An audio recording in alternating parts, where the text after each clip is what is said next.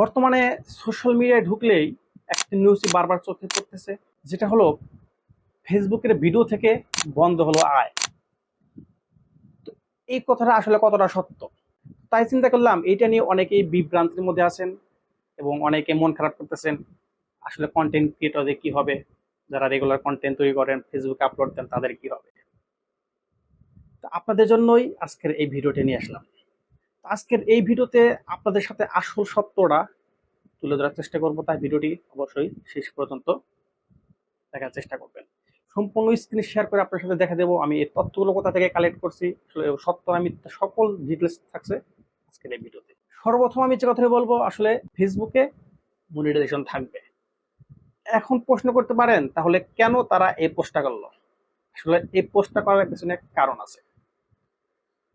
Facebook একটা সিদ্ধান্ত নিয়েছে যে ফেসবুকে যতগুলা মনিটাইজেশন আছে, আপনারা অনেকে জানেন আমার আগের ভিডিওতে আমি বলেছিলাম ফেসবুকে আর ভিডিও অপশন থাকছে না।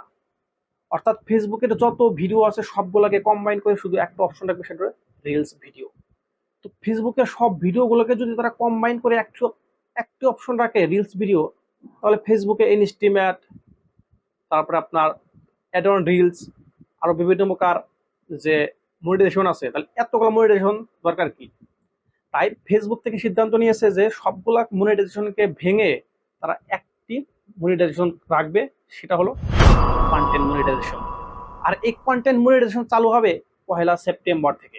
অর্থাৎ 31 আগস্ট পর্যন্ত আপনার এই ইনস্টিমেট, তারপর আপনার অ্যাড অন রিলস, তারপরে বিভিন্ন প্রকার যে মনিটাইজেশন আছে সেই মনিটাইজেশনগুলো কিন্তু 31 আগস্ট পর্যন্ত থাকবে। তারপর থেকে চালু হবে সেই কন্টেন্ট মনিটাইজেশন, শুধু একটি মনিটাইজেশন থাকবে।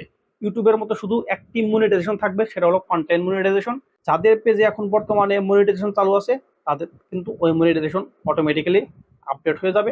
আর যারা এখনো মনিটাইজেশন পান নাই তারা কিন্তু এই কন্টেন্ট মনিটাইজেশন আওতার মধ্যে পড়বেন।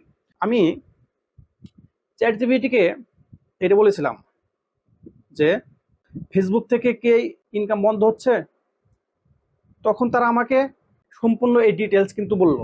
ফেসবুক জানিয়েছে ইনস্টিমেট, অ্যাড অন রিলস এবং পারফরমেন্স বোনাস এই তিনটি মনিটাইজেশনের মৌলিক উপায় আগস্ট 31, 2025 পর্যন্ত চালু থাকবে। তারপর থেকে এসব প্রোগ্রাম আর থাকবে না।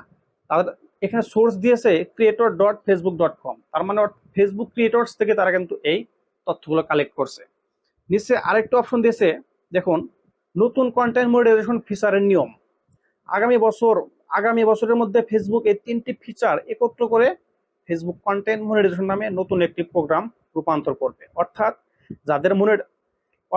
যারা মনিটাইজেশন ভালোভাবে ব্যবহার করেন তারা আগে নতুন প্রোগ্রামের আমন্ত্রণ পাবেন। তো এই হলো ঘটনা, যে ফেসবুকের কন্টেন্ট মনিটাইজেশনকে একটি অপশন রাখবে, বাদ বাকি সবগুলোকে ডিলিট করে। তো এই ছিল ফেসবুকের সবচেয়ে বড় আপডেট। আসলে সবাই বিভ্রান্ত হওয়ার কিছু নাই। যারা কন্টেন্ট দেন অবশ্যই রেগুলার কন্টেন্ট আপলোড দিয়ে যাবেন, কারণ ফেসবুক এতগুলো কন্টেন্ট ক্রিয়েটরকে কখনোই এভাবে খালি হাতে ফেরত দেবে না। তাহলে ফেসবুক কিভাবে চলবে।